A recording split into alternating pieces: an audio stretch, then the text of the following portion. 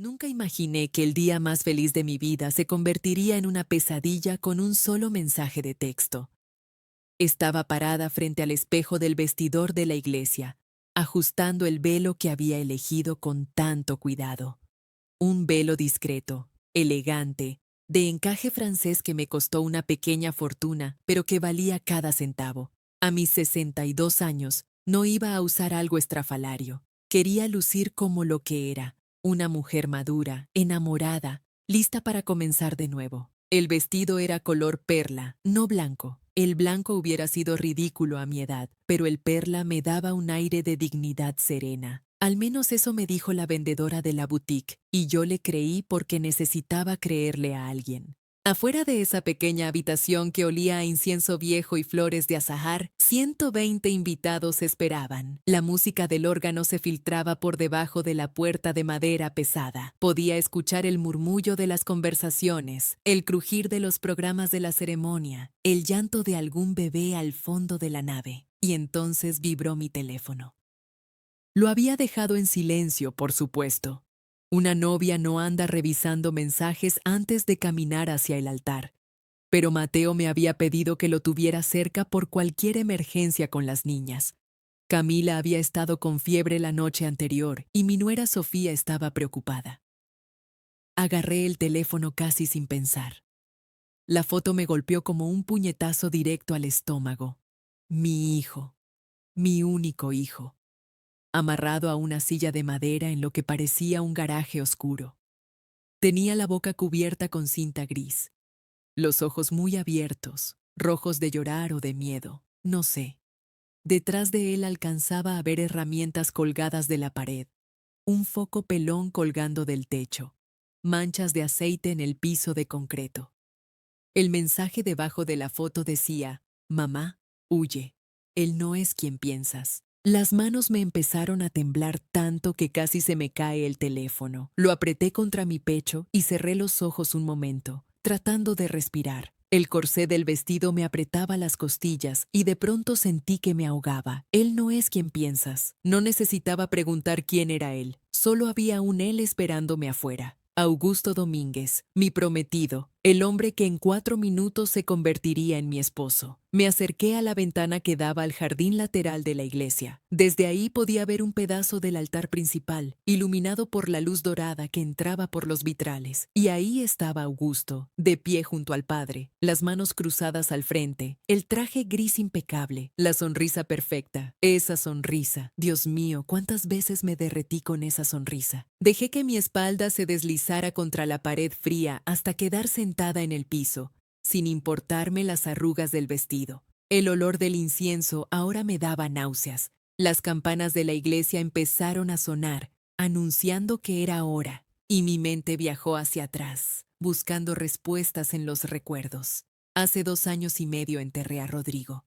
38 años de matrimonio, una vida entera construida juntos. Él era arquitecto, trabajó hasta el último día de su vida diseñando casas para familias jóvenes, edificios para escuelas rurales, proyectos que lo hacían sentirse útil.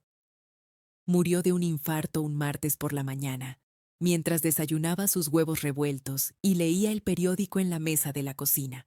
Yo estaba sirviéndole más café cuando lo vi desplomarse. La taza se me cayó de las manos. El café se regó por todo el mantel blanco que él odiaba, pero yo insistía en usar los domingos. Grité su nombre tantas veces que perdí la voz por 3 días. Rodrigo me dejó $52 millones. Una fortuna construida ladrillo por ladrillo durante casi 4 décadas de trabajo honesto. Pero también me dejó sola. Completamente, devastadoramente sola. Los primeros meses fueron un infierno de silencio. Despertaba en una cama enorme que olía cada vez menos a él. Cocinaba para uno. Veía películas sin nadie con quien comentarlas. Mateo venía a visitarme cuando podía, pero él tenía su trabajo, su esposa, sus hijas. No podía cargar conmigo todo el tiempo. Y entonces llegó Augusto. Fue en una cena familiar, hace 14 meses. Sofía había organizado una reunión para presentarnos formalmente a su padre. un viudo elegante que acababa de mudarse desde Guadalajara. Recuerdo que entró a la casa con un ramo de rosas amarillas para mí y una botella de vino español para Mateo. Tenía 68 años, cabello plateado, modales impecables. Hablaba de arte, de viajes, de ópera. Me hizo reír por primera vez en meses cuando contó una anécdota sobre un malentendido en un restaurante de Barcelona. Empezamos a vernos. Conciertos en el Auditorio Nacional, cenas en restaurantes con manteles de lino, caminatas por el malecón al atardecer, cuando el sol pintaba el agua de naranja y rosa. Me tomaba de la mano como si yo fuera algo precioso, algo digno de cuidar. 6 meses después se arrodilló en el balcón de mi departamento y me pidió matrimonio. Dije que sí antes de que terminara la pregunta. Mateo intentó advertirme hace 3 semanas. Llegó a mi casa con expresión seria, se sentó frente a mí en la sala y me dijo: «Mamá, algo no me cierra con él». Le pregunté qué quería decir. Me habló de inconsistencias en las historias de Augusto, de negocios que no parecían existir, de un presentimiento. Lo corrí de mi casa. Le grité que estaba celoso, que no quería verme feliz, que no soportaba que su madre pudiera amar a alguien que no fuera su padre. Dije cosas horribles que ahora me queman la garganta de solo recordarlas. Y ahora mi hijo estaba amarrado en un garaje, pidiéndome que huyera del hombre que yo había elegido sobre él. El órgano tocó las primeras notas de la marcha nupcial. La puerta del vestidor se abrió. Una de las organizadoras asomó la cabeza con una sonrisa profesional. «Señora Elena, ya es hora». Me levanté del piso con las piernas temblando. El teléfono seguía en mi mano, la foto de Mateo quemándome los ojos. Afuera, Augusto esperaba con esa sonrisa perfecta, y yo tenía que decidir: caminar hacia el altar como la novia feliz que se suponía que era, o confrontar al hombre que quizás, solo quizás, había secuestrado a mi único hijo. Yo nací en San Luis Potosí, en una casa de adobe con patio central donde mi madre cultivaba hierbas aromáticas en macetas de barro. Mi padre era contador en una fábrica de textiles, hombre de números y silencios largos. Mi madre hacía milagros con un presupuesto ajustado. Frijoles de olla que duraban 3 días, vestidos que ella misma cosía para mí en su máquina Singer color negro. Nunca fuimos ricos, pero tampoco pasamos hambre. Clase media, como decía mi padre con orgullo cuando alguien preguntaba. Clase media honrada. A los 23 años me fui a estudiar literatura a la capital. Mi madre lloró en la terminal de autobuses. Mi padre me dio un sobre con dinero que probablemente representaba meses de ahorros. «Viaja con cuidado, mija», fue todo lo que dijo, pero en sus ojos vi algo más, esperanza de que yo llegara más lejos que ellos. La biblioteca de la universidad olía a polvo y a papel viejo, ese aroma particular de los libros que han sido tocados por miles de manos. Yo pasaba horas ahí, perdida entre novelas y poesía, imaginando vidas que no eran la mía. Fue en ese lugar donde lo vi por primera vez. Rodrigo estaba sentado en una mesa cerca de la ventana, rodeado de planos arquitectónicos que se desbordaban hacia el piso. Tenía 26 años, el cabello despeinado, una camisa azul con las mangas enrolladas hasta los codos. Mordía un lápiz mientras fruncía el ceño ante sus dibujos. Me senté en la mesa de enfrente sin ningún motivo real. Bueno, sí había un motivo. Quería seguir mirándolo sin que pareciera que lo estaba mirando. 3 días hice lo mismo. 3 días de sentarme a leer el mismo libro que nunca avanzaba porque mis ojos preferían desviarse hacia él. Al cuarto día, se acercó a mi mesa. «Disculpa», dijo, y su voz era más grave de lo que había imaginado. «¿Ese libro es bueno? Llevas una semana en la misma página». Me puse roja como los tomates del mercado de mi madre. Así empezó todo. Rodrigo era arquitecto recién graduado, con sueños más grandes que su cuenta bancaria. Me llevó a tomar café en una fonda cerca de la universidad, donde servían pan dulce recién horneado, y el café olía a canela. Hablamos durante 4 horas. Él quería construir casas para familias que no podían pagarlas, diseñar escuelas en pueblos olvidados, dejar algo útil en el mundo. Yo quería escribir. Quería contar historias que hicieran llorar a la gente. Nos casamos 8 meses después, en una ceremonia pequeña con flores del mercado y un pastel que hizo mi suegra. Mi vestido era prestado. Los zapatos me quedaban grandes. No me importó nada de eso. Éramos felices. Los primeros años fueron difíciles. Rodrigo trabajaba 12, 14 horas diarias. Llegaba a casa oliendo a cemento y a sudor, con los ojos rojos de cansancio pero brillantes de satisfacción. Cada proyecto terminado era una victoria. Cada cheque cobrado, un ladrillo más en los cimientos de nuestro futuro. Yo abandoné la literatura y me convertí en su socia silenciosa. Llevaba las cuentas, contestaba teléfonos, preparaba café para los clientes que llegaban a nuestra sala convertida en oficina improvisada. Poco a poco, el negocio creció. Compramos nuestra primera propiedad en Polanco cuando Mateo tenía 5 años. Una casa con jardín donde él pudiera correr. Rodrigo plantó un naranjo el día que firmamos las escrituras. Dijo que ese árbol crecería con nuestro hijo. Después vino San Miguel de Allende, una casona colonial que restauramos juntos, eligiendo cada azulejo, cada herrería, cada color de pintura. Rodrigo dibujaba los planos en las noches. Yo seleccionaba telas para las cortinas durante el día. Era nuestro proyecto de amor. A los 30 años de casados, Rodrigo llegó a casa con una caja pequeña de terciopelo negro. «Cierra los ojos», dijo. Sentí el frío del metal deslizándose en mi dedo anular. Cuando abrí los ojos, un diamante brillaba bajo la luz del comedor. No era enorme, pero era perfecto. «Nunca te di un anillo de compromiso apropiado», murmuró con la voz quebrada. «Perdóname por tardar tanto». Lloré en sus brazos durante 1 hora.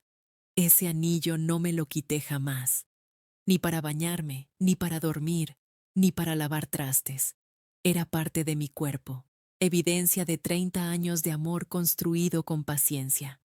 Y entonces llegó aquel martes de abril. Rodrigo bajó a desayunar más temprano que de costumbre. Yo estaba preparando café de olla con piloncillo y canela, como a él le gustaba. El olor llenaba la cocina entera, mezclándose con el aroma dulce del pan de nata que había comprado en la panadería de don Remigio. Se sentó en su lugar de siempre, junto a la ventana. Abrió el periódico. Comentó algo sobre el clima, sobre una nota de política que lo había indignado. Yo le serví su taza con la cantidad exacta de azúcar que él prefería. Alcancé a sentarme frente a él, alcancé a sonreírle. Y entonces su rostro cambió. Se puso pálido, gris como las cenizas. La taza se le resbaló de los dedos. El periódico cayó al piso. «Rodrigo», grité, y mi voz sonó extraña, como si viniera de otra persona. Se desplomó sobre la mesa. El café se derramó sobre el mantel blanco. Yo corrí hacia él, le tomé la cara entre las manos, le supliqué que abriera los ojos. Murió en mis brazos, sin despedida, sin últimas palabras, sin tiempo para decirle todo lo que todavía me faltaba decirle. El funeral fue masivo. Cientos de personas desfilaron frente a su ataúd. Familias que vivían en casas que él diseñó. Maestros de escuelas que él construyó gratis. Obreros que trabajaron con él durante décadas. Todos tenían historias. Todos lloraban. Yo no lloré ese día. Estaba vacía. El testamento dejaba todo a mi nombre. 52 millones de dólares en propiedades, inversiones, cuentas bancarias. Una fortuna que Rodrigo había construido para nosotros, que ahora era solo mía. Pero yo nunca había manejado dinero sola. Rodrigo se encargaba de todo. Yo firmaba donde él me indicaba, sin preguntar. De pronto tenía millones y no sabía qué hacer con ellos. Los primeros 18 meses fueron un abismo. Noches interminables mirando el techo. Terapeutas que repetían frases vacías sobre el duelo. Pastillas para dormir que me dejaban aturdida pero no descansada. La casa olía a silencio, a ausencia, a ropa de hombre que ya nadie usaba. Mateo me visitaba cada domingo. Sofía traía a las niñas. Y por unas horas la casa volvía a tener ruido, vida. Pero ellos se iban, y el vacío regresaba más denso que antes. Hasta que un domingo, Mateo llegó con una propuesta diferente. «Mamá», dijo mientras Sofía servía limonada en el jardín. Queremos invitarte a cenar el próximo viernes. Sofía quiere presentarte a alguien especial. ¿A quién? Pregunté sin mucho interés. A mi papá, respondió Sofía con una sonrisa dulce. Acaba de mudarse desde Guadalajara. Es viudo, como tú. Creo que se llevarían muy bien. Yo no quería ir a esa cena. Me inventé 3 excusas diferentes antes del viernes. Un dolor de cabeza, una cita con el dentista que había olvidado, un compromiso con las señoras del club de lectura. Pero Mateo insistió con esa terquedad que heredó de su padre. Y Sofía me llamó 2 veces para confirmar el menú, preguntándome si era alérgica a los mariscos, si prefería vino tinto o blanco. No tuve más remedio que aceptar. El viernes llegué a las 7 en punto.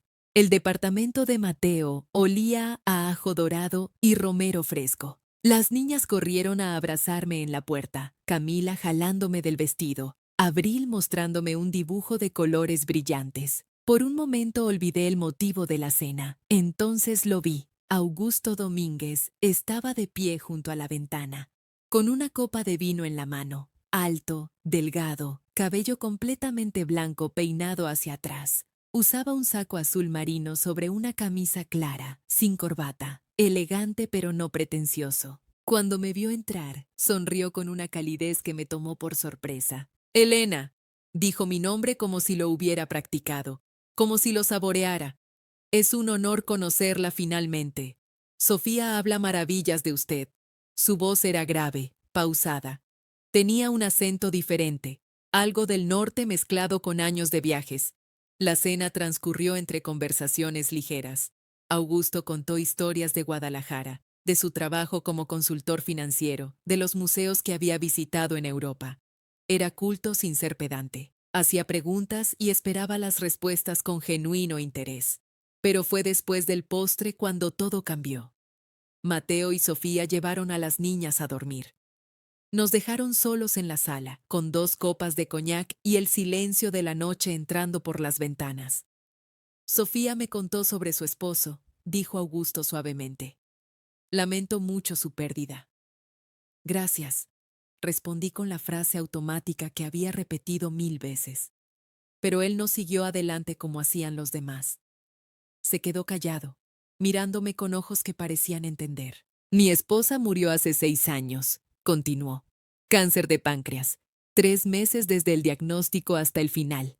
No hubo tiempo de nada. Su voz se quebró apenas, casi imperceptiblemente. Y entonces hice algo que no había hecho con nadie desde que Rodrigo murió. Hablé de verdad. Le conté sobre el café derramado, sobre el periódico en el piso, sobre las noches mirando el techo. Le conté sobre el vacío que ningún terapeuta lograba llenar, sobre la sensación de estar viva pero no vivir. Augusto escuchó, no interrumpió, no ofreció consejos, no dijo frases vacías sobre el tiempo que todo lo cura, solo escuchó. Cuando terminé, tenía lágrimas en los ojos. Él sacó un pañuelo de seda de su bolsillo y me lo ofreció sin decir nada. Esa noche dormí mejor que en meses. 3 días después sonó mi teléfono. Era Augusto. La Sinfónica Nacional está tocando Beethoven el sábado, dijo. Me preguntaba si le gustaría acompañarme. Dudé.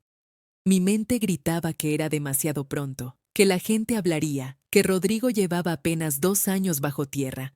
Pero mi corazón, ese órgano traicionero, latía con algo parecido a la emoción. Sí, respondí antes de arrepentirme. El sábado llegó un ramo de rosas blancas a mi puerta. La tarjeta decía simplemente, para Elena, con admiración. Augusto. El concierto fue como volver a respirar después de años bajo el agua. La música llenaba el teatro, entraba por mis poros, disolvía algo duro que se había formado en mi pecho. Augusto estaba sentado a mi lado, tan cerca que podía oler su colonia, una mezcla de madera y cítricos que me recordaba a lugares lejanos.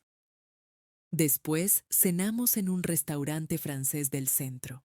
Manteles blancos, velas, un sommelier que hablaba de taninos y notas de cereza. Augusto pidió en perfecto francés. Yo me sentí transportada a otra época, a otra vida. Hablamos hasta medianoche. De arte, de música, de los viajes que él había hecho y los que yo siempre quise hacer. Me preguntó por mis sueños, por mis miedos, por las cosas que me hacían feliz. Nadie me había preguntado eso en años. Las semanas siguientes fueron un torbellino. Teatro los jueves. Paseos por el centro histórico los domingos. Cenas en restaurantes que yo ni sabía que existían. Augusto abría puertas, jalaba sillas, caminaba siempre del lado de la calle. Era caballeroso de una manera que yo creía extinta. Mateo parecía genuinamente feliz. Mamá merece ser feliz, le dijo a Sofía una noche que yo alcancé a escuchar. Después de todo lo que pasó con papá, merece alguien que la cuide. Yo sonreí en la oscuridad del pasillo. Mi hijo me daba permiso. El mundo me daba permiso. Pero había señales. Una tarde llegué temprano a su departamento y lo encontré revisando papeles en su estudio. Cuando me vio, cerró la carpeta rápidamente. Cosas de trabajo, dijo con una sonrisa. Nada importante. Otra noche escuché fragmentos de una llamada telefónica mientras él creía que yo dormía en la sala. Todo va según lo planeado, murmuró. Solo necesito un poco más de tiempo. Colgó cuando sintió mis pasos. Y las preguntas específicas sobre mis propiedades, sobre las inversiones de Rodrigo, sobre quién administraba mis cuentas. Es solo curiosidad profesional, explicaba. Quiero asegurarme de que estés bien protegida. Yo quería creerle, necesitaba creerle, porque la alternativa era volver al vacío, a las noches interminables, al silencio que me devoraba. El miedo a la soledad es más fuerte que cualquier alarma. Una tarde de octubre, 3 meses después de aquella primera cena, Augusto me invitó a mi propia terraza. El sol se hundía en el horizonte, pintando el cielo de naranja y púrpura. Había champán en una hielera, 2 copas brillando con la luz dorada. Augusto se arrodilló frente a mí. Sacó una caja de terciopelo negro. Elena, dijo con voz temblorosa, estos meses contigo me han devuelto la vida. Hazme el honor de ser mi esposa. El anillo era hermoso. Un diamante rodeado de zafiros, exactamente el tipo de joya que yo nunca me hubiera comprado. En algún lugar de mi mente, una voz gritaba, demasiado pronto, demasiado perfecto, demasiadas preguntas sin respuesta. Pero cerré los ojos ante esa última señal, ante todas las señales, ante la verdad que se asomaba entre las grietas de su encanto. Sí, susurré, y sellé mi destino. Me sumergí en los preparativos de la boda como quien se lanza a un mar de fantasías. La iglesia de San Francisco en Coyoacán, con sus paredes de cantera rosa y ese olor a incienso que te transporta siglos atrás. Augusto la había elegido sin consultarme, pero cuando la vi, entendí por qué. Era perfecta, antigua, solemne, el tipo de lugar donde una viuda de 62 años podía casarse sin sentirse ridícula. 3 meses. Teníamos 3 meses para organizar todo. Déjame encargarme de los detalles, mi amor, me decía Augusto cada vez que yo intentaba involucrarme. Tú solo preocúpate por verte hermosa. Y yo lo dejé. Dejé que él contratara al florista, al fotógrafo, al quinteto de cuerdas que tocaría durante la ceremonia. Dejé que eligiera el menú, los vinos, hasta el diseño de las invitaciones, porque era más fácil así. Porque cada decisión que tomaba me recordaba que Rodrigo no estaría a mi lado y el dolor se volvía insoportable. Una noche de diciembre, Augusto llegó con una carpeta de cuero negro bajo el brazo. Olía a su colonia habitual, esa mezcla de sándalo y bergamota que ya asociaba con seguridad. Solo papeles del seguro, mi amor, dijo extendiendo los documentos sobre la mesa del comedor. Para protegernos a ambos. Ya sabes cómo son estas cosas legales. Había café de olla calentándose en la estufa. El aroma dulce de canela y piloncillo llenaba la cocina, mezclándose con el sonido de la lluvia contra las ventanas. Firmé la primera hoja sin leerla, la segunda, la tercera. ¿No vas a revisar?, preguntó él con una media sonrisa.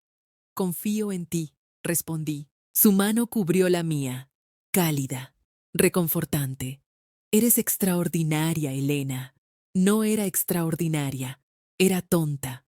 Era una mujer mayor desesperada por no morir sola, firmando documentos que ni siquiera leía mientras la lluvia golpeaba los cristales como una advertencia. Al día siguiente me pidió acceso a una de mis cuentas. Para los gastos de la boda, explicó. Los proveedores, el depósito de la iglesia, el hotel para la luna de miel. Es más práctico si puedo manejar todo desde un solo lugar. Le di los datos sin pestañear. Créeme o no, en ese momento me pareció lo más natural del mundo. Este hombre iba a ser mi esposo. Íbamos a compartir una vida. ¿Qué importancia tenía una cuenta bancaria comparada con la eternidad que nos esperaba? Las semanas pasaron entre pruebas de vestidos y catas de pastel. Elegí un traje color marfil, discreto pero elegante. Nada de blanco virginal a mi edad. Las invitaciones se enviaron. Los regalos empezaron a llegar. Mi departamento se llenó de cajas envueltas en papel brillante y moños de seda. 2 semanas antes de la boda, Mateo apareció sin avisar. Eran casi las 9 de la noche. Yo estaba en la sala revisando la lista de invitados cuando escuché su llave en la cerradura. Entró con el rostro pálido, las manos temblando, un folder manila apretado contra su pecho como si contuviera secretos de estado. Mamá, necesitamos hablar. El tono de su voz me heló la sangre. Era el mismo tono que había usado el médico cuando nos dio el diagnóstico de Rodrigo. He estado investigando el historial financiero de Augusto, dijo sentándose frente a mí. Algo no me cierra. Hay huecos en su registro crediticio, propiedades que aparecen y desaparecen. Una demanda en Guadalajara que fue retirada misteriosamente. Abrió el folder, hojas y hojas de documentos, estados de cuenta, recortes de periódico. Revisa los papeles que firmaste, mamá. Por favor, ¿qué hubieras hecho tú? Escríbelo en los comentarios. Yo miré esos documentos como si fueran víboras. Sentí algo frío recorrerme la espalda, algo parecido al reconocimiento. Pero era demasiado tarde para reconocer nada. La boda estaba a 2 semanas. Las invitaciones enviadas, el vestido comprado, el futuro decidido. Cerré el folder de golpe. ¿Estás celoso? Pregunté con una frialdad que me sorprendió. ¿No quieres que sea feliz? Tu padre lleva más de 2 años muerto, Mateo. Tengo derecho a rehacer mi vida. Mamá, esto no es por papá. Siempre fue igual. Siempre sobreprotector. Siempre creyendo que sabía lo que era mejor para mí. Vete, le dije. Vete y no vuelvas hasta que puedas respetar mis decisiones. Mateo se levantó lentamente. Su rostro mostraba algo que entonces confundí con terquedad, pero ahora reconozco como terror puro. Solo ten cuidado, murmuró antes de salir. Esa noche no dormí. Mientras te cuento esto, comenta desde qué ciudad me escuchas. Di vueltas en la cama hasta que las sábanas se enredaron en mis piernas como cadenas. El olor del café que había preparado horas antes se había vuelto rancio, amargo. La luna entraba por la ventana, proyectando sombras extrañas en las paredes. Pero al amanecer, decidí que Mateo simplemente era sobreprotector, que no quería compartir a su madre, que sus investigaciones eran paranoia de contador obsesivo con los números. El día de la boda llegó. Me desperté temprano, antes de que el sol asomara tras los edificios. Me bañé lentamente, dejando que el agua caliente relajara mis músculos tensos. Me maquillé con cuidado, cubriendo las ojeras de tantas noches de insomnio. El traje marfil me quedaba perfecto. Me miré en el espejo y vi a una mujer radiante, una mujer a punto de comenzar de nuevo. El carro me llevó hasta Coyoacán. Las calles empedradas brillaban con el rocío de la mañana. El olor a copal de algún puesto cercano se mezclaba con el perfume de las flores que decoraban la entrada de la iglesia. Todo estaba perfecto. Los invitados comenzaban a llegar, vestidos elegantes, trajes oscuros, sombreros que no se veían desde los años 60. Me escabullí hacia la sacristía para esperar el momento. El cuarto olía a velas derretidas y madera vieja. Un crucifijo de plata me observaba desde la pared. Me senté en una silla de terciopelo rojo, respirando profundamente, intentando calmar los latidos de mi corazón. Entonces vibró mi celular. Un mensaje de un número desconocido. Lo abrí sin pensar. La pantalla mostró una foto que me arrancó el aire de los pulmones. Mateo, mi Mateo, amarrado a una silla, amordazado con cinta plateada, los ojos abiertos de terror, sangre seca en su frente. Debajo, un mensaje. Mamá, huye, él no es quien piensas. Afuera comenzó la marcha nupcial. Yo temblaba como hoja en tormenta cuando empujé la puerta de la sacristía. El peso del celular en mi mano era insoportable. Esa imagen, Mateo amarrado, heridas en su frente, sus ojos gritando lo que la mordaza no le permitía decir. Mamá, huye, él no es quien piensas. La marcha nupcial retumbaba en mis oídos como un funeral. 100 invitados giraron sus rostros hacia mí cuando aparecí en el umbral. 100 sonrisas, 100 miradas de admiración por la viuda valiente que se atrevía a amar de nuevo. Y al final del pasillo, Augusto. Su traje gris impecable, sus canas plateadas perfectamente peinadas hacia atrás. Esa sonrisa que alguna vez confundí con ternura y que ahora reconocía por lo que era. Victoria. Triunfo. La sonrisa del depredador que finalmente atrapa a su presa. Caminé. Cada paso sobre el tapete rojo era una eternidad. El olor del incienso me revolvía el estómago. Las flores blancas que decoraban las bancas despedían un aroma empalagoso, casi pútrido. El eco de mis tacones contra el mármol sonaba como los latidos de un corazón moribundo. Augusto extendió su mano hacia mí, sus dedos largos, elegantes, los mismos que habían firmado quién sabe cuántos documentos con mi nombre. Los mismos que quizás habían dado la orden de secuestrar a mi hijo. El padre Francisco comenzó su discurso. Palabras sobre el amor eterno, sobre la unión sagrada, sobre los caminos que Dios traza para sus hijos. Yo no escuchaba nada, solo veía los ojos de Mateo en esa fotografía. El terror, la sangre. Apreté el celular con tanta fuerza que mis nudillos se pusieron blancos. Escuché fragmentos de oraciones. Sacramento, compromiso, fidelidad, respeto. Cada palabra era una bofetada. Cada promesa, una mentira. Augusto me miraba con esa expresión de adoración ensayada. ¿Cuántas veces había usado esa misma cara?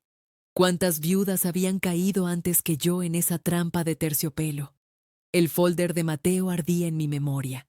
Los huecos en el historial financiero, las propiedades fantasma, la demanda misteriosa en Guadalajara.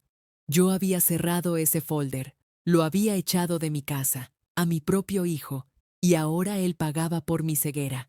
Entonces el padre Francisco pronunció las palabras que cambiarían todo.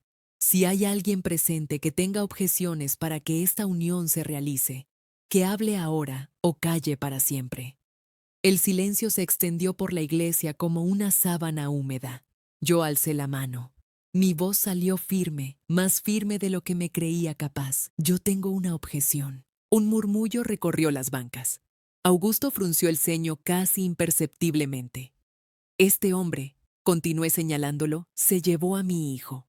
El caos fue instantáneo.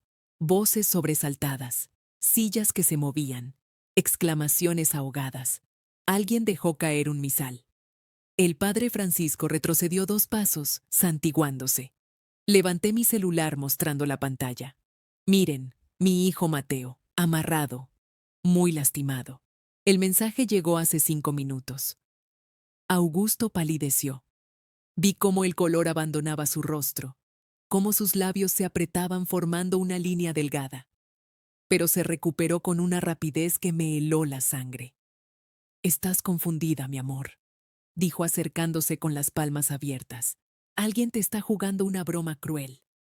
Probablemente Mateo mismo. Ya sabes cómo se opuso siempre a nuestra relación. Retrocedí. No te me acerques. Saqué mi otro celular y marqué 2 números. Primero al licenciado Morales, el único abogado en quien podía confiar, amigo de toda la vida de Rodrigo. Después al número de emergencias. Elena, por favor, suplicó Augusto dando otro paso hacia mí. Pensemos esto con calma. Puedo explicarlo todo. Dije que no te me acerques. Mi voz resonó en las bóvedas de la iglesia.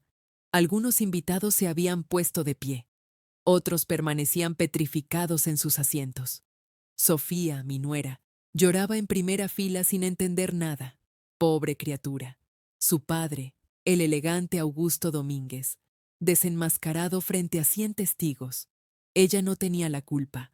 Ella también era víctima. Los minutos se arrastraron como horas. Finalmente, 2 policías entraron por la puerta principal. Sus uniformes azul marino parecían fuera de lugar entre tanto encaje y flores blancas. Señora, usted hizo la llamada. Les mostré la foto. Expliqué con voz entrecortada. Mi hijo desaparecido. El mensaje amenazante. El número desconocido. Uno de los oficiales examinó mi celular. El número es desechable, señora. Imposible rastrear. Augusto aprovechó el momento. Se acercó a los policías con esa elegancia de serpiente que también dominaba. Oficiales, mi prometida está pasando por un momento difícil. Claramente alguien está jugando con ella, pero les aseguro que yo no tengo nada que ver. Soy un empresario respetable. Pueden verificar mis antecedentes. Sonrió. Esa maldita sonrisa. Le sostuve la mirada. Entonces lentamente, muy lentamente, me quité el anillo de compromiso. El diamante de 3 quilates brilló bajo las luces de los vitrales. Lo sostuve entre mis dedos por un segundo, recordando la noche que me lo entregó, la emoción, las esperanzas, todo falso. Se lo arrojé a los pies. Esto se acabó. Di media vuelta y caminé hacia la salida. Cada paso resonaba en el silencio atónito. Podía sentir todas las miradas clavadas en mi espalda. El susurro de los chismes comenzando a tejerse. No me importó. Solo me importaba Mateo. Subí a mi carro con las manos temblando tanto que apenas podía sostener las llaves. El motor arrancó. Las calles de Coyoacán pasaron borrosas mientras las lágrimas nublaban mi visión. Marqué el número de Mateo. Buzón de voz. Otra vez. Buzón de voz. Y otra. El teléfono que usted marcó está fuera del área de servicio. Conduje hasta mi casa sin saber cómo llegué. El trayecto fue un borrón de semáforos y claxons. El traje marfil se arrugaba contra el asiento de cuero. El maquillaje perfecto de la mañana ahora era un desastre de rímel corrido y lágrimas. Cuando entré a la sala, olía todavía al café rancio de la noche anterior. Las sábanas de mi cama seguían revueltas de tanto girar sin poder dormir. Me senté en el sofá donde Rodrigo solía leer sus planos. Apoyé la cabeza contra el respaldo. Cerré los ojos. ¿Qué había hecho? El timbre sonó una hora después. Era el licenciado Morales. 60 años, cabello canoso, lentes gruesos. El mismo hombre que había manejado el testamento de Rodrigo. El único que nunca me había fallado. Pero su expresión me heló la sangre. Traía una carpeta manila apretada contra el pecho. La misma postura que había tenido Mateo aquella noche. Elena, dijo con voz grave. Revisé los documentos que firmó con Augusto. Tenemos un problema grave. Yo sabía que las noticias serían malas. Lo supe por la forma en que el licenciado Morales evitaba mirarme directamente a los ojos. Lo supe por cómo apretaba esa carpeta manila contra su pecho, como si contuviera veneno. Lo supe por el temblor casi imperceptible en sus manos, cuando finalmente la depositó sobre la mesa de centro. Siéntate, Elena. Ya estoy sentada. Entonces prepárate. Abrió la carpeta. Adentro había copias de documentos que yo misma había firmado. Reconocí mi letra, mi firma, la fecha. 3 meses atrás. El despacho de Ricardo Salinas olía a cuero y a ambición. Augusto me había llevado diciendo que eran simples trámites prenupciales. Esto que firmaste, dijo Morales señalando el primer documento, es un poder notarial irrevocable. Le diste a Augusto Domínguez acceso total y absoluto a todas tus cuentas bancarias, a tus inversiones, a los 52 millones de dólares que Rodrigo te dejó. El aire se volvió espeso, pesado, irrespirable. No puede ser. Mi voz sonó lejana, como si viniera de otra persona. Lo leí antes de firmar. El abogado me explicó que solo era... Morales negó con la cabeza. Ricardo Salinas es el socio de Augusto. Llevan trabajando juntos al menos 2 décadas. Te mintió. Te explicó exactamente lo que querías escuchar mientras tú firmabas tu sentencia. Sentí náuseas. El café rancio del ambiente se mezcló con el perfume de las flores que todavía llevaba en el cabello. Flores de novia, flores de tonta. Me las arranqué una por una, dejándolas caer sobre la alfombra como pétalos de mi propia estupidez. Morales continuó. Cada palabra era un clavo. Revisé tus estados de cuenta. En los últimos 3 meses, Augusto ha transferido $6.800.000 a cuentas offshore en las Islas Caimán. El dinero ya no está en el país, Elena. Probablemente ya ni siquiera esté en esas cuentas. Lo habrán movido 3 o 4 veces para borrar el rastro. 6.800.000. Los repetí en voz alta intentando que tuvieran sentido. Eran más que muchas personas verían en 10 vidas completas. Y yo los había regalado. Los había entregado con una sonrisa y un beso en la mejilla. Hay más. Morales sacó otra hoja. Esta era una impresión de un artículo de periódico viejo, amarillento incluso en la copia. Hace 20 años, en Guadalajara, un hombre llamado Augusto Domínguez fue acusado de estafar a una viuda de 63 años. La mujer se llamaba Patricia Medina. Su esposo había muerto dejándole una fortuna considerable. Augusto la cortejó durante 8 meses. Se comprometieron. 3 semanas antes de la boda, ella descubrió que le faltaban fondos. ¿Qué pasó? El caso nunca llegó a juicio. Patricia Medina retiró los cargos, oficialmente porque admitió haber gastado el dinero ella misma y culpar a su prometido por despecho. Y extraoficialmente, Morales se quitó los lentes y los limpió con su corbata. Era un gesto que le había visto hacer cientos de veces cuando preparaba noticias difíciles. Extraoficialmente, 3 semanas después de retirar los cargos, Patricia Medina desapareció. La encontraron 2 años más tarde, lo que quedaba de ella. El silencio se extendió como una mancha de aceite. Pensé en Mateo, en la foto, en sus ojos asustados y la cinta adhesiva sobre su boca. Morales, mi hijo. Lo sé. Sacó un último documento de la carpeta. Mateo me llamó hace 2 semanas. Dijo que algo no le cerraba, que había visto a su suegro reunirse con hombres extraños, que los números no cuadraban cuando revisaba ciertos movimientos en tu cuenta, movimientos que tú le habías pedido supervisar. Me pidió que investigara discretamente. 2 semanas. Mi hijo llevaba 2 semanas intentando salvarme. ¿Y yo? ¿Qué había hecho yo? Me había enojado con él. Le había gritado que era un paranoico. Le había dicho que estaba celoso de mi felicidad. Le había cerrado la puerta en la cara aquella noche cuando vino con su carpeta de evidencias. No lo escuché. Las palabras salieron envueltas en un sollozo. Mi propio hijo intentó advertirme, y yo no lo escuché. Las lágrimas llegaron entonces, no las lágrimas elegantes de las películas.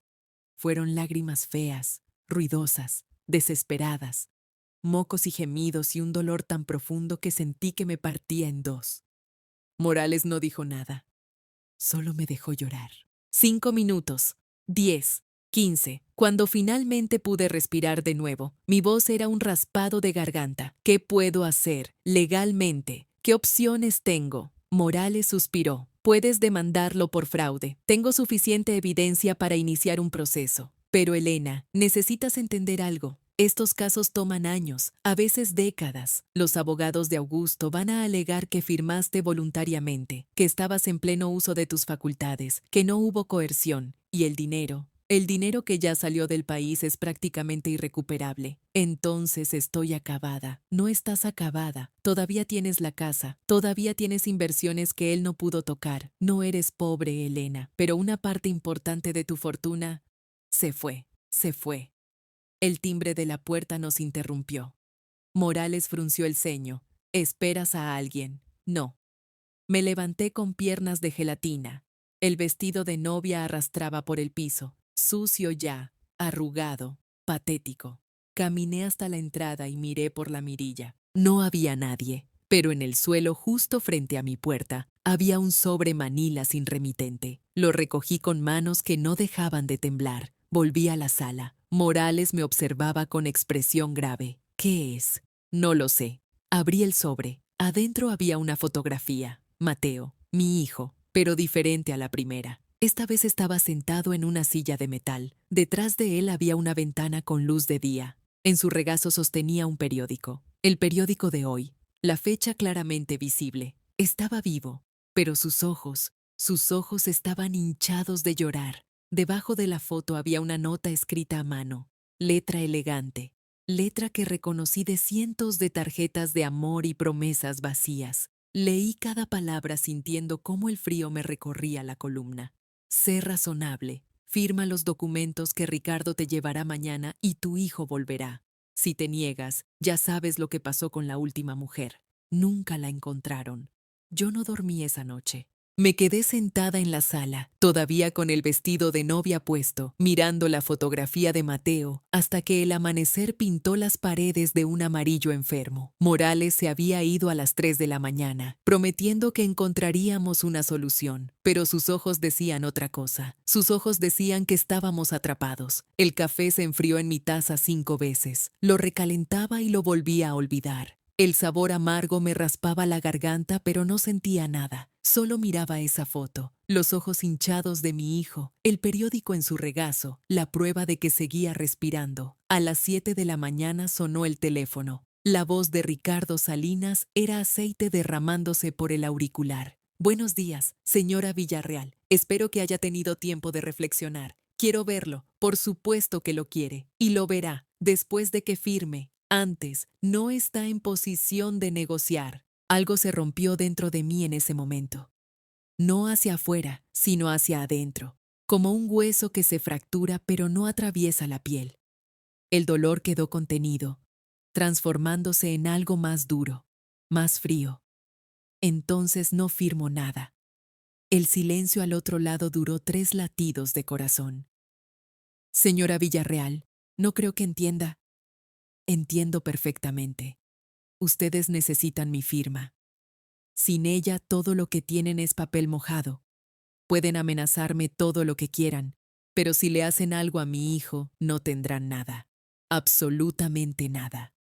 Las palabras salieron de algún lugar que no reconocía, de alguna Elena que había estado dormida durante 62 años esperando este momento. Ricardo colgó. Llamé a Morales inmediatamente. 2 horas después, mi abogado había conseguido lo imposible, una reunión. Yo vería a Mateo con mis propios ojos antes de firmar cualquier cosa. El lugar sería un almacén abandonado en Naucalpan. La hora, las 6 de la tarde. Antes de salir, Morales me entregó algo pequeño envuelto en un pañuelo. Era una grabadora digital del tamaño de un encendedor. Escóndela bien, me dijo, en el sostén. Estos hombres no van a tocarte, pero si lo hacen, ya estaremos perdidos de todas formas. Me cambié finalmente el vestido de novia. Me puse ropa oscura, práctica, zapatos sin tacón. Até mi cabello en una cola de caballo. Frente al espejo vi a una mujer que no reconocía. Una mujer con ojos de piedra y mandíbula apretada. La grabadora quedó fría contra mi pecho, justo sobre el corazón. El almacén olía a humedad y aceite de motor. Luz de tarde entraba por ventanas rotas en el techo, creando columnas doradas de polvo flotante. Mis pasos resonaban contra el concreto mientras caminaba hacia el centro del espacio vacío. Morales se quedó afuera. Esa fue la condición. Augusto apareció primero. Seguía viéndose impecable, como si esto fuera una reunión de negocios cualquiera. Traje gris, corbata azul marino, zapatos lustrados. Sonrió al verme y sentí náuseas. Elena, gracias por ser razonable. Detrás de él venía Ricardo, empujando una silla de ruedas oxidada. En la silla estaba Mateo, mi hijo, mi único hijo, el bebé que sostuve por primera vez hace 36 años en una sala de hospital mientras Rodrigo lloraba de alegría. Tenía un ojo morado, el labio partido, las manos atadas con cinta industrial, pero estaba vivo. Respiraba, me miraba con ojos llenos de terror y culpa y algo más, algo que tardé en reconocer. Amor, un amor desesperado de hijo que ha fallado a su madre y lo sabe. Mamá, no firmes nada. Ricardo le dio una bofetada que sonó como un disparo en el espacio vacío. Cállate. Avancé 2 pasos. Augusto levantó la mano.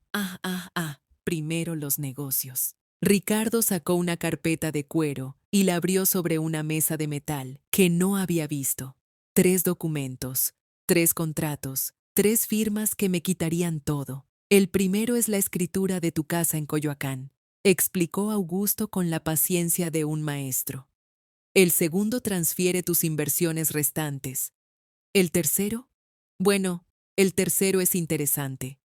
Es una declaración donde reconoces que todo fue voluntario, que nunca hubo coacción, que estás haciendo esto por amor. Soltó una carcajada breve. Porque me amas, ¿verdad, Elena? Mateo forcejeó contra sus ataduras. Mamá, por favor, no lo hagas. Sofía y las niñas están bien.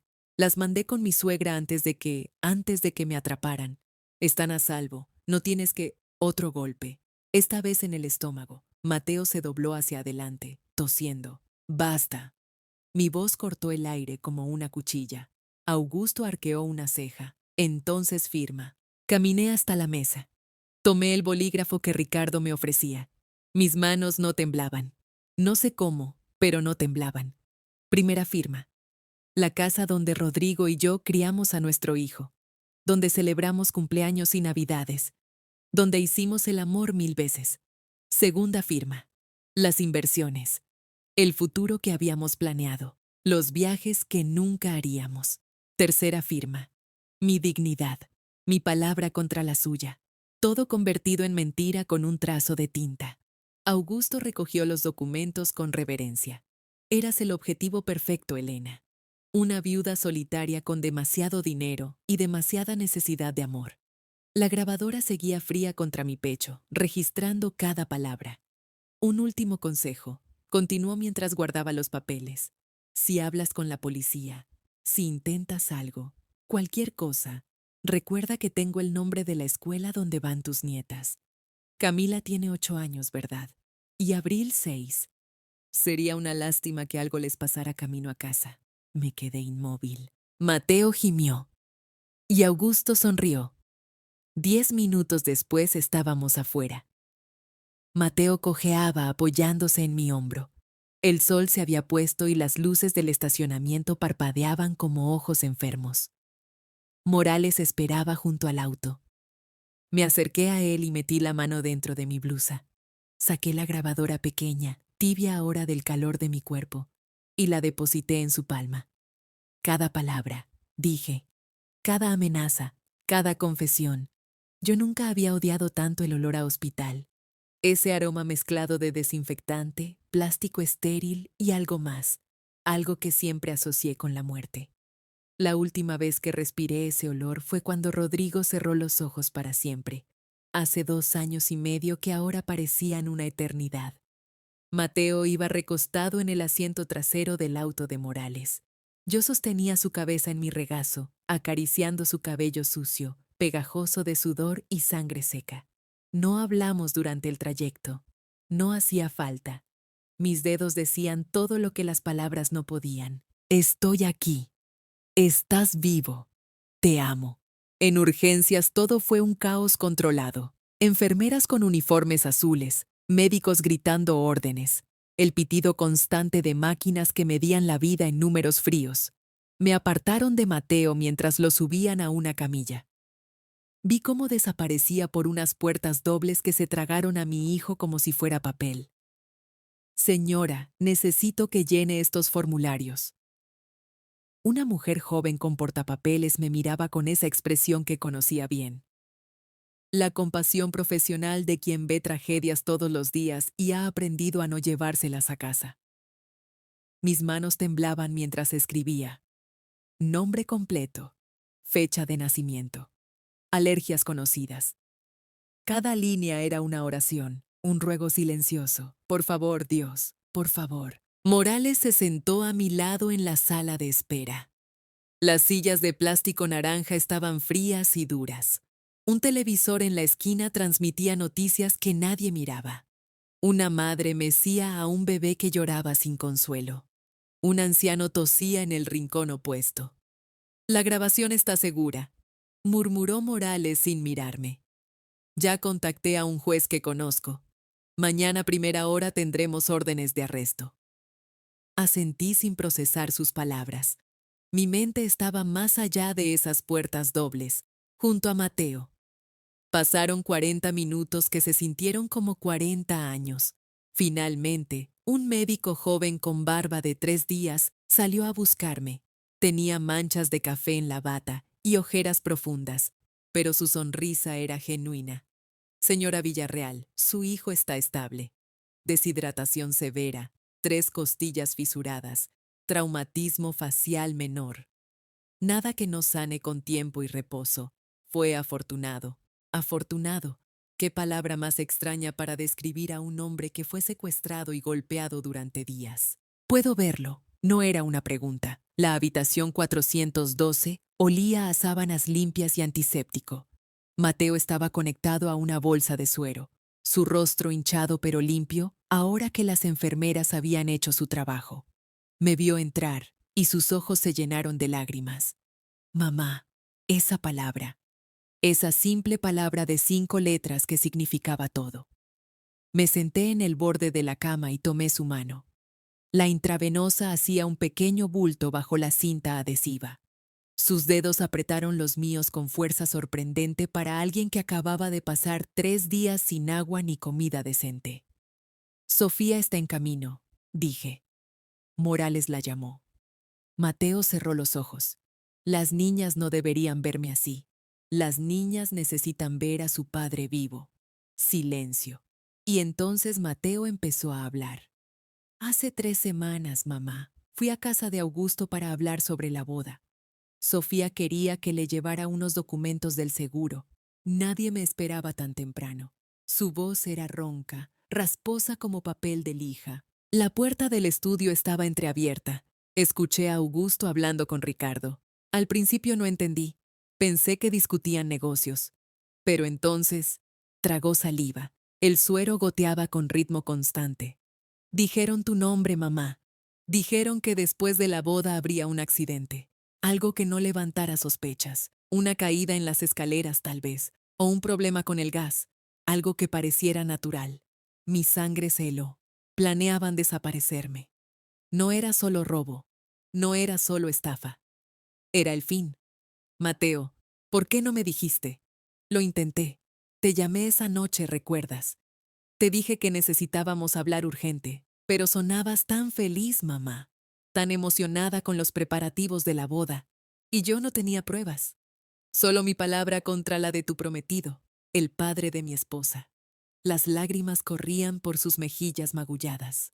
Pensé que me creerías loca, o que Augusto lo negaría todo, y yo destruiría mi matrimonio. Sofía adora a su padre. ¿Cómo le dices a tu esposa que su papá planea asesinar a tu madre? Entendí entonces el infierno en que había vivido mi hijo esas 3 semanas, atrapado entre 2 mujeres que amaba, sin salida, sin opciones buenas. La noche antes de la boda, continuó, decidí que ya no importaba. Iba a ir a tu casa y contártelo todo. Que me creyeras o no, que Sofía me dejara o no. ¿Qué pasó? Un auto negro me cerró el paso en la avenida principal. 2 hombres con pasamontañas. Uno tenía un tatuaje de águila en el brazo derecho. Me golpearon hasta que dejé de resistirme. Me metieron en una bodega, no sé dónde. Su mano apretó la mía con más fuerza. Escuché cosas, mamá. Ricardo hablaba por teléfono con alguien. Mencionó a otra mujer. Dijo que se resistió demasiado y que tuvieron que... No pudo terminar la frase. No hizo falta. Otra víctima. Otra viuda que quizás no tuvo la suerte de sobrevivir.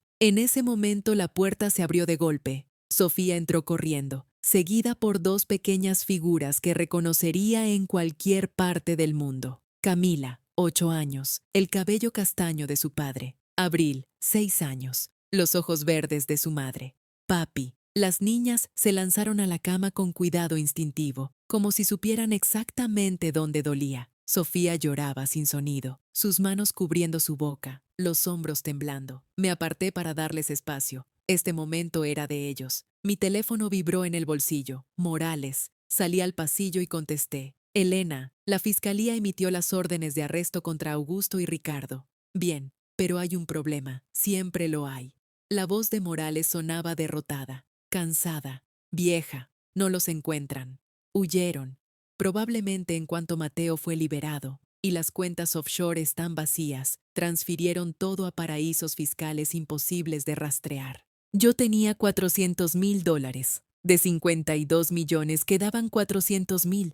Menos del 1% de la fortuna que Rodrigo construyó durante 40 años de trabajo honesto. 40 años de madrugadas, de planos dibujados a mano, de edificios que todavía adornan el horizonte de esta ciudad. $400,000. La mayoría de la gente diría que es mucho dinero, y lo es.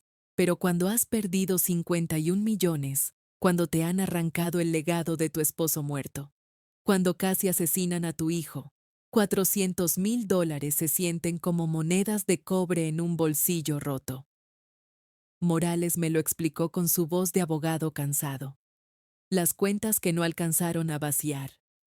Los fondos de emergencia que Rodrigo mantenía en un banco pequeño que Augusto no conocía. Migajas. Puedes vivir bien con esto, Elena. Modestamente, pero bien. Vender la casa de Coyoacán, comprar algo más pequeño en provincia. Dejar que la fiscalía haga su trabajo. La fiscalía. Habían pasado 3 semanas desde la boda fallida. 3 semanas de interrogatorios, declaraciones, trámites. 3 semanas en las que Augusto y Ricardo habían tenido tiempo de cruzar fronteras, esconder dinero, desaparecer. La justicia mexicana es lenta, Elena. Pero funciona. No le creí. Esa noche, en mi casa vacía que olía a polvo y a ausencia, tomé una decisión. Rodrigo no habría esperado. Rodrigo habría actuado. A la mañana siguiente contraté a Javier Torres. Me lo recomendó un viejo amigo de Rodrigo, un constructor que había tenido problemas con socios deshonestos. Javier llegó a mi casa puntual a las 9 de la mañana. 52 años. Complexión robusta pero no gorda. Una cicatriz blanca cruzaba su ceja derecha. Recuerdo de algún enfrentamiento que no me interesaba conocer. Ex policía federal, se presentó. 25 años en la corporación. Especialista en fugitivos y rastreo de activos. Sus ojos eran del color del café negro. Fríos, profesionales. Pero cuando le conté mi historia, algo se suavizó en ellos. Tengo una hija de su edad, señora. Si alguien le hiciera esto a mi madre... No terminó la frase.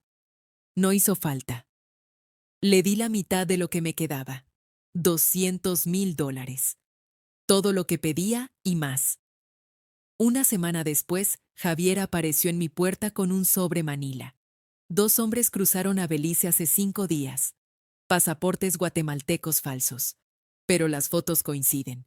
Abrí el sobre. 2 imágenes borrosas de cámara de seguridad.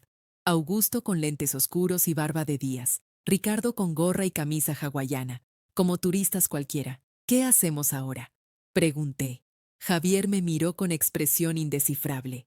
Hay 2 opciones. Le paso la información a la fiscalía y esperamos que Interpol coopere con las autoridades de Belice. Podría tomar meses, años. Y la segunda opción, vamos nosotros. No lo pensé ni un segundo. 3 días después aterrizamos en Ciudad de Belice. El calor me golpeó como un puño húmedo en cuanto salí del avión. 35 grados con humedad del 90%. El aire olía a sal, a diésel de los autobuses viejos, a frutas tropicales pudriéndose en algún mercado cercano. Marcus nos esperaba junto a una camioneta destartalada.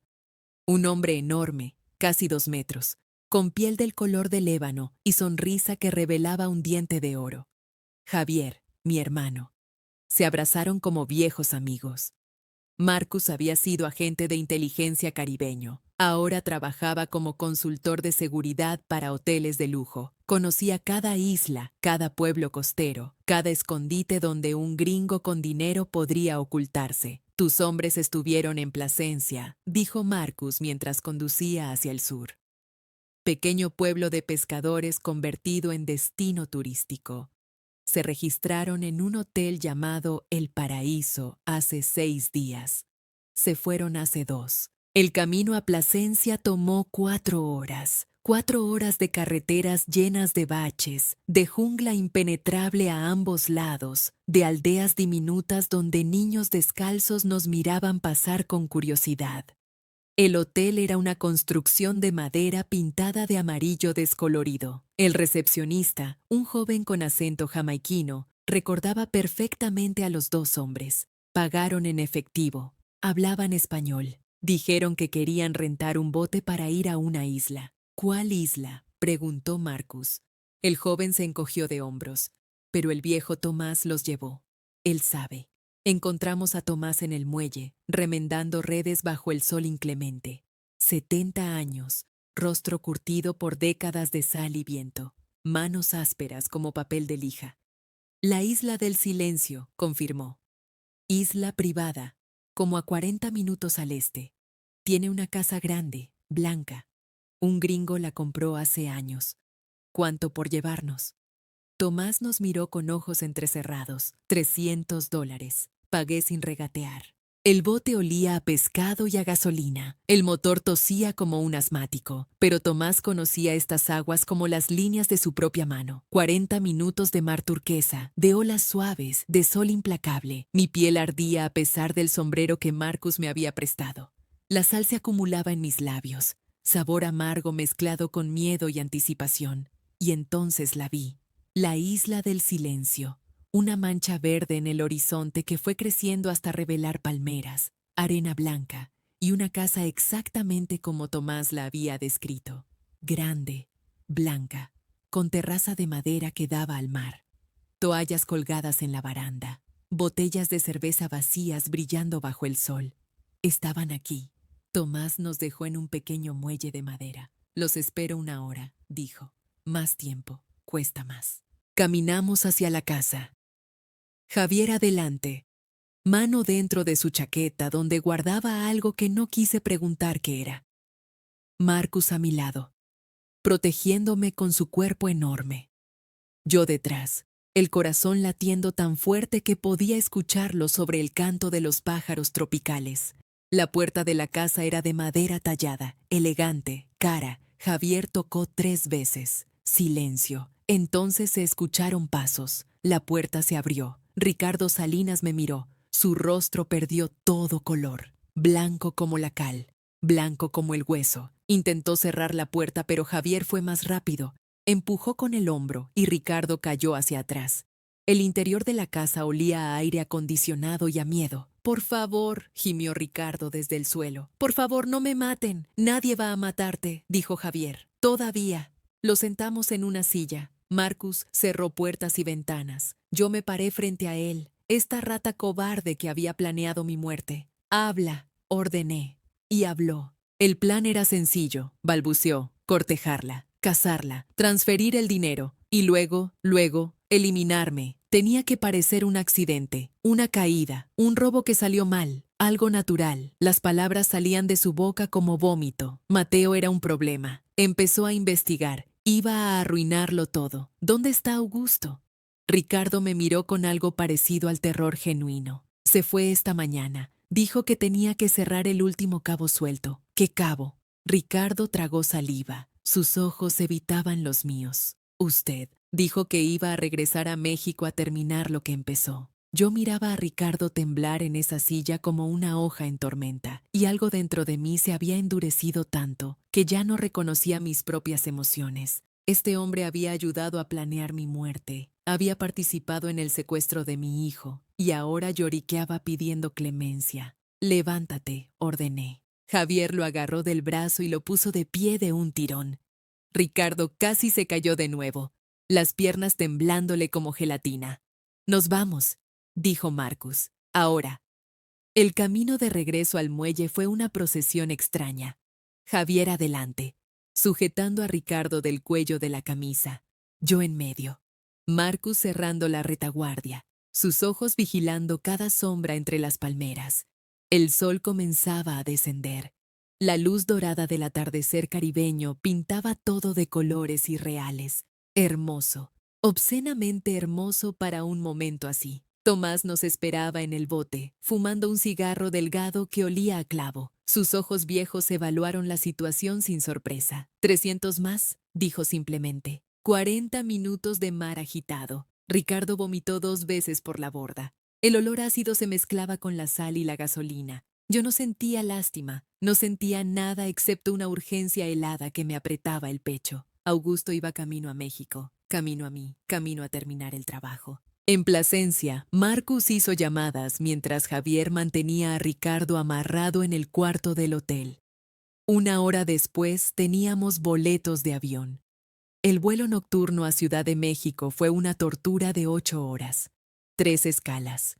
2 cambios de avión. Ricardo iba esposado con esposas de plástico que Marcus había conseguido quién sabe dónde, cubierto con una chaqueta para no llamar la atención.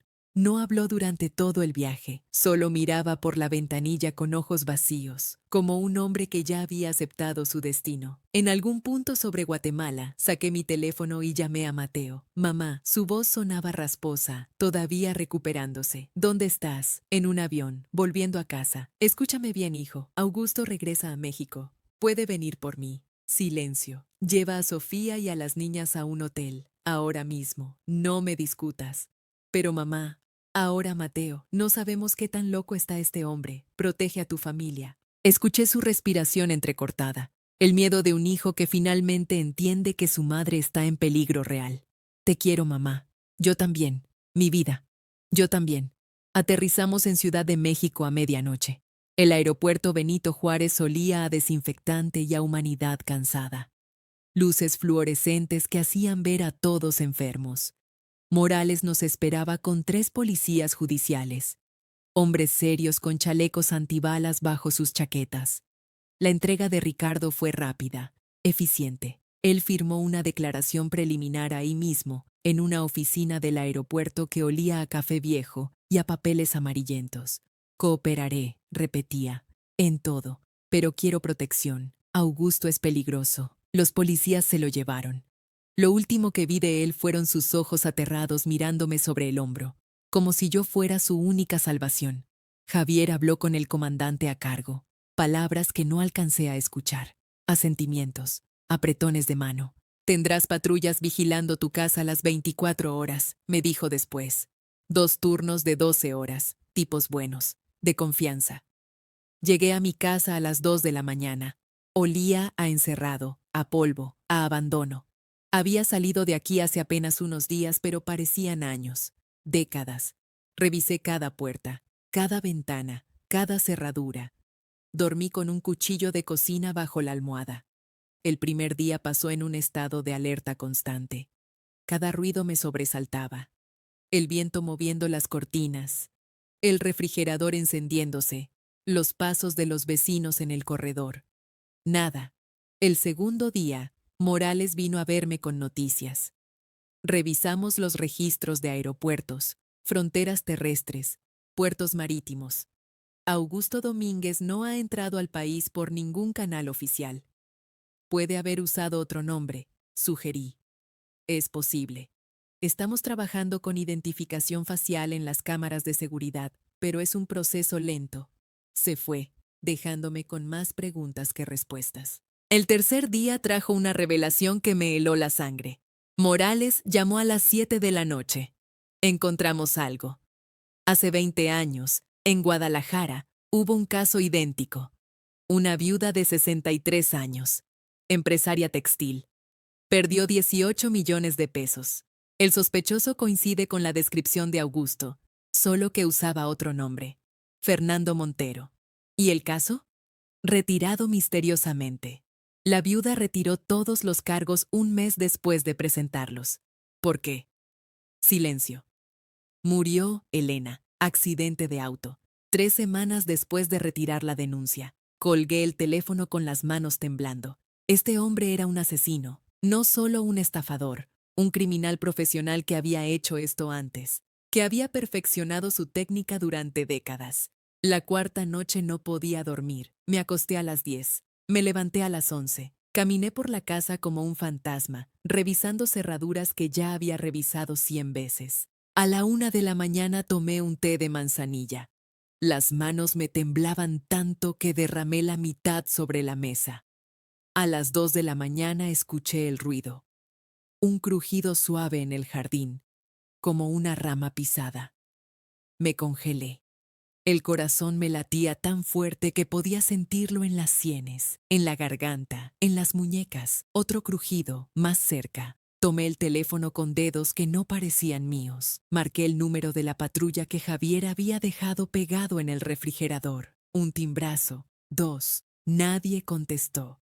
3 timbrazos. 4. Entonces escuché otro sonido. Dentro de la casa. La puerta de cristal que daba al jardín trasero. Deslizándose. El teléfono resbaló de mis manos y cayó sobre la alfombra sin hacer ruido. Pasos.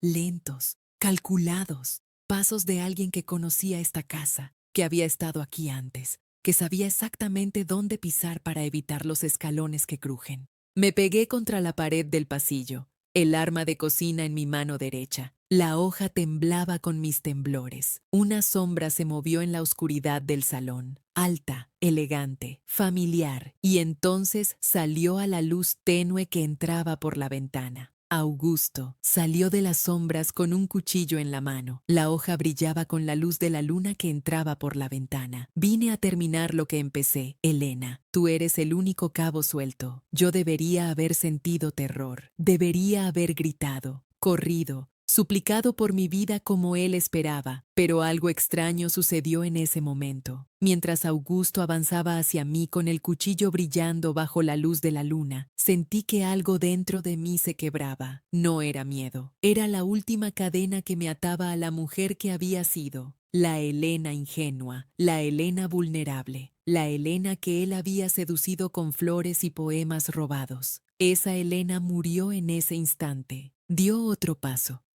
El piso de madera crujió bajo su peso.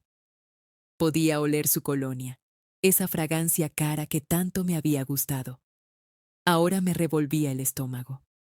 «Sabes», dijo con esa voz suave que había confundido con ternura, «pensé que serías más difícil de encontrar. Pero sigues siendo la misma vieja patética de siempre, sola, inútil, esperando que alguien venga a salvarte». Retrocedí un paso, luego otro. Mi espalda tocó la pared del pasillo. Augusto sonrió. Esa sonrisa que antes me derretía, ahora veía lo que realmente era, la mueca de un depredador saboreando su presa. Rodrigo te dejó millones y ni siquiera supiste cuidarlos, tan desesperada por amor que firmaste todo sin leer, tan vacía que confundiste mis mentiras con devoción. Apretó el mango del cuchillo. La viuda de Guadalajara también lloró al final.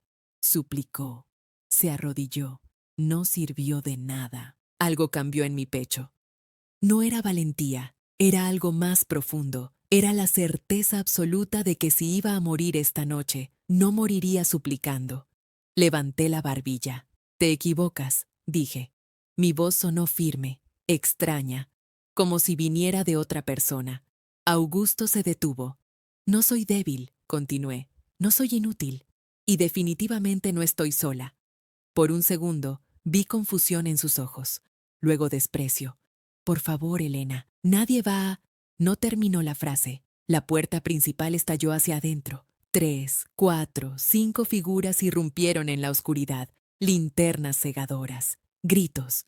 Policía, no se mueva. Augusto giró hacia ellos, el cuchillo aún en alto. Fue un error. El primer oficial lo tacleó desde el costado. El impacto los lanzó contra la mesa del comedor, cristales rompiéndose, madera crujiendo. Augusto gruñó como un animal herido, al suelo, manos detrás de la espalda. Ahora, lo inmovilizaron entre dos. Las esposas brillaron bajo las linternas antes de cerrarse sobre sus muñecas con un chasquido metálico. Me deslicé por la pared hasta quedar sentada en el suelo. Las piernas ya no me sostenían. «No tienen nada», gritó Augusto mientras lo levantaban. «Esto es allanamiento. No tienen pruebas de nada». Un oficial se acercó a él. Lo reconocí vagamente. Uno de los hombres de confianza de Javier. «Tenemos la confesión completa de Ricardo Salinas», dijo con calma. «Grabaciones, registros bancarios, testimonios de 3 países. Y ahora tenemos a la víctima viva, que es más de lo que merecías».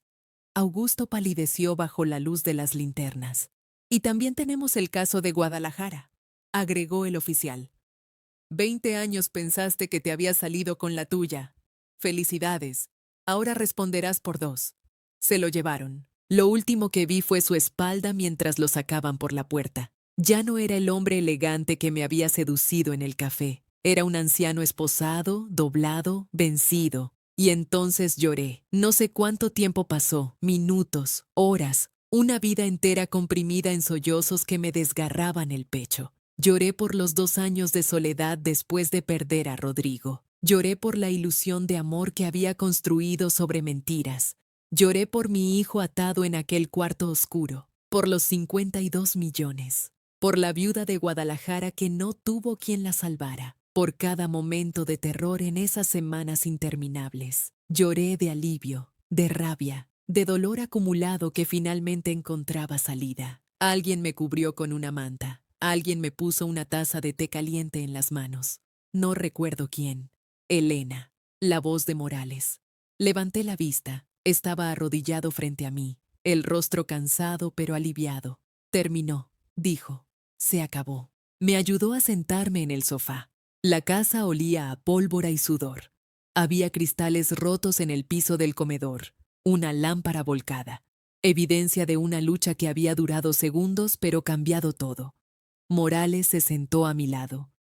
Augusto será procesado por fraude, secuestro, atentado contra la vida, y estamos trabajando con las autoridades de Guadalajara para vincularlo con el caso de hace 18 años. Pasará décadas en prisión, quizás el resto de su vida. Asentí. Las palabras flotaban a mi alrededor sin aterrizar del todo. Y Ricardo Salinas cooperó completamente. Nos dio nombres, cuentas, contactos, a cambio de una reducción de sentencia, pero aún así pasará al menos 15 años encerrado. El dinero, murmuré. Era lo único que podía preguntar. Morales suspiró. Pudimos recuperar 6.800.000.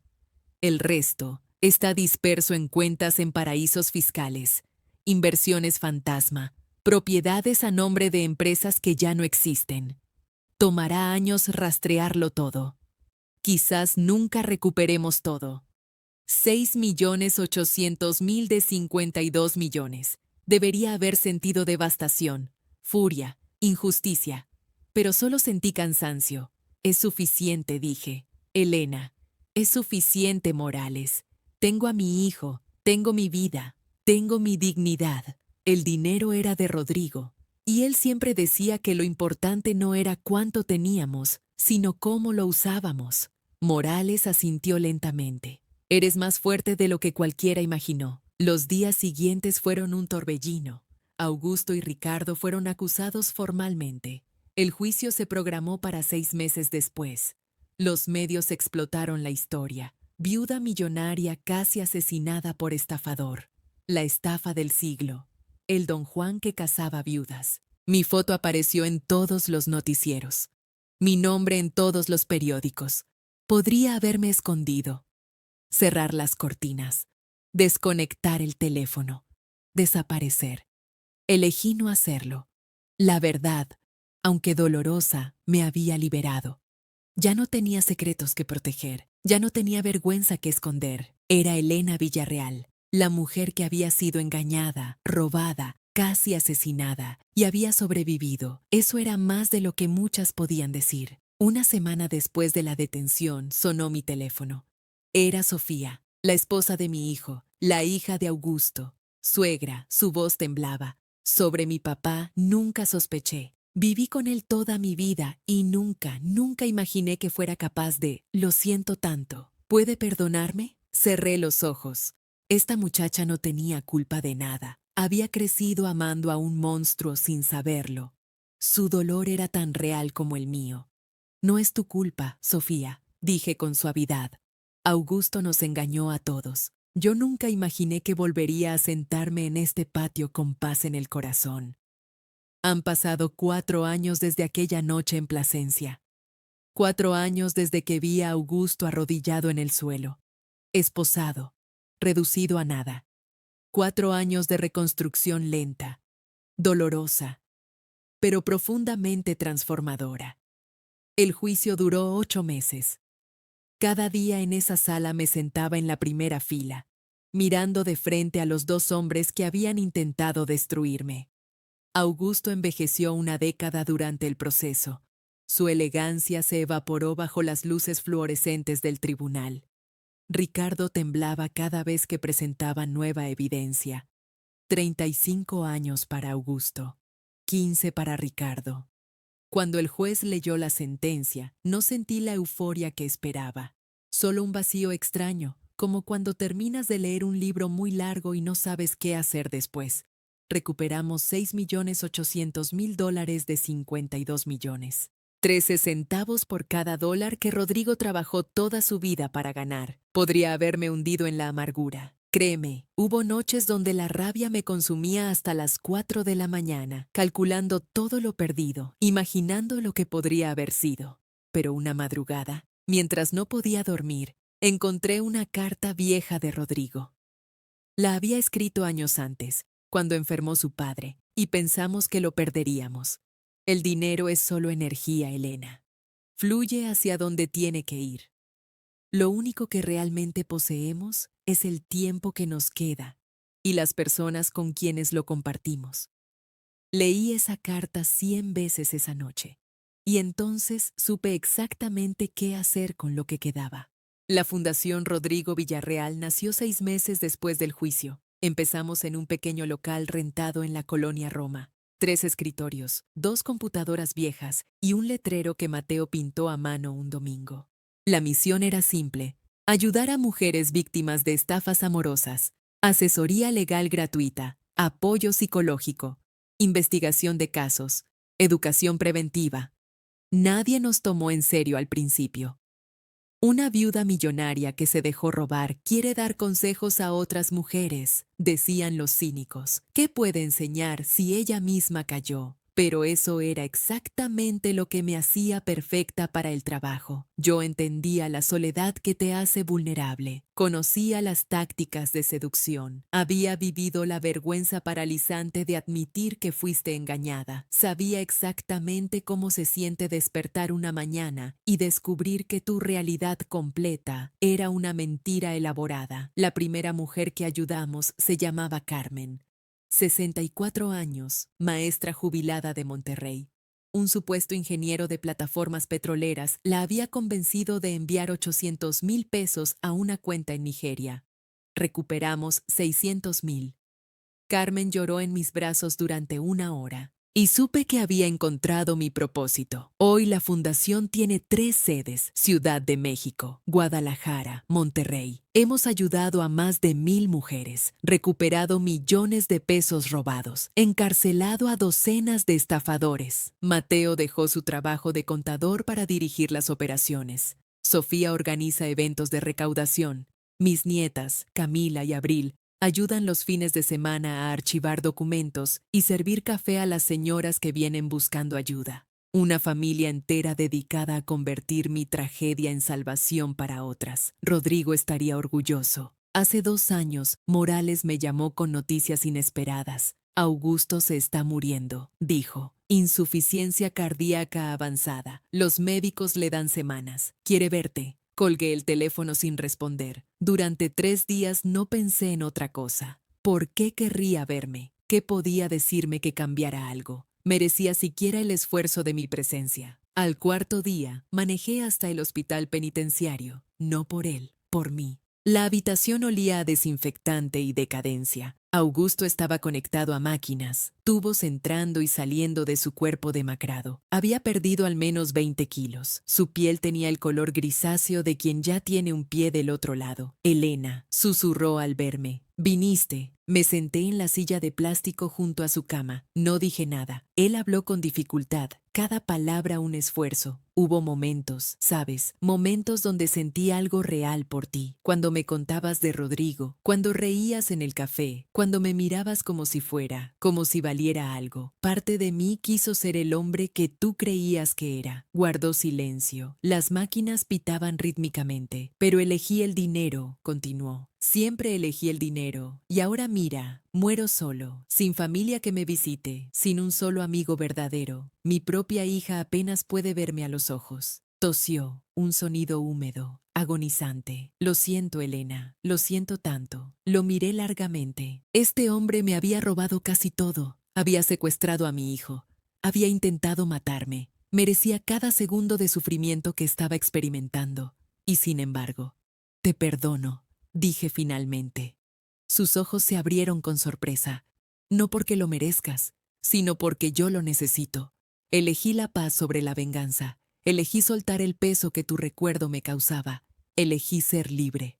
Me levanté. Adiós, Augusto. Salí sin mirar atrás. 2 semanas después murió. Solo 3 personas asistieron al funeral. No fui. Ricardo me envió una carta desde prisión pidiendo perdón. No respondí. Algunos perdones se dan en persona. Otros se guardan en silencio. La vida cobra sus deudas siempre. No necesitaba agregar nada. Hoy es domingo. Estoy sentada en el patio donde Rodrigo solía tomar su café cada mañana. El olor a tierra mojada después de la lluvia de anoche llena el aire. Los pájaros cantan en el naranjo que plantamos juntos hace 30 años. Perdí 45 millones de dólares. Gané sabiduría, fuerza, propósito. Mateo y su familia vienen cada semana. Las niñas corren por el jardín como yo corría de niña en San Luis Potosí. Sofía me abraza sin rastro de la culpa que antes cargaba. Mi hijo me mira con respeto, con admiración, con amor. Miro el anillo de Rodrigo que nunca me quité. Lo logramos, mi amor, susurro. El legado no era el dinero, eran los valores que me enseñaste. Era la dignidad que me diste fuerzas para defender. Era el amor que me permitió perdonar. Respiro profundo. Agradezco por la lección, por cada cicatriz que ahora es sabiduría, por seguir viva, presente, útil, porque mientras haya vida, hay esperanza, y mientras haya esperanza, hay futuro. Mi nombre es Elena Villarreal. Tengo 62 años. Perdí casi todo, pero gané lo más importante: mi libertad, mi paz, mi verdad. Si mi historia te ayudó, ya cumplí mi propósito. Gracias por escucharme hasta el final. Si esta historia tocó tu corazón, por favor suscríbete al canal y activa la campanita. Ayúdanos a que más mujeres escuchen esta verdad. Comparte este video.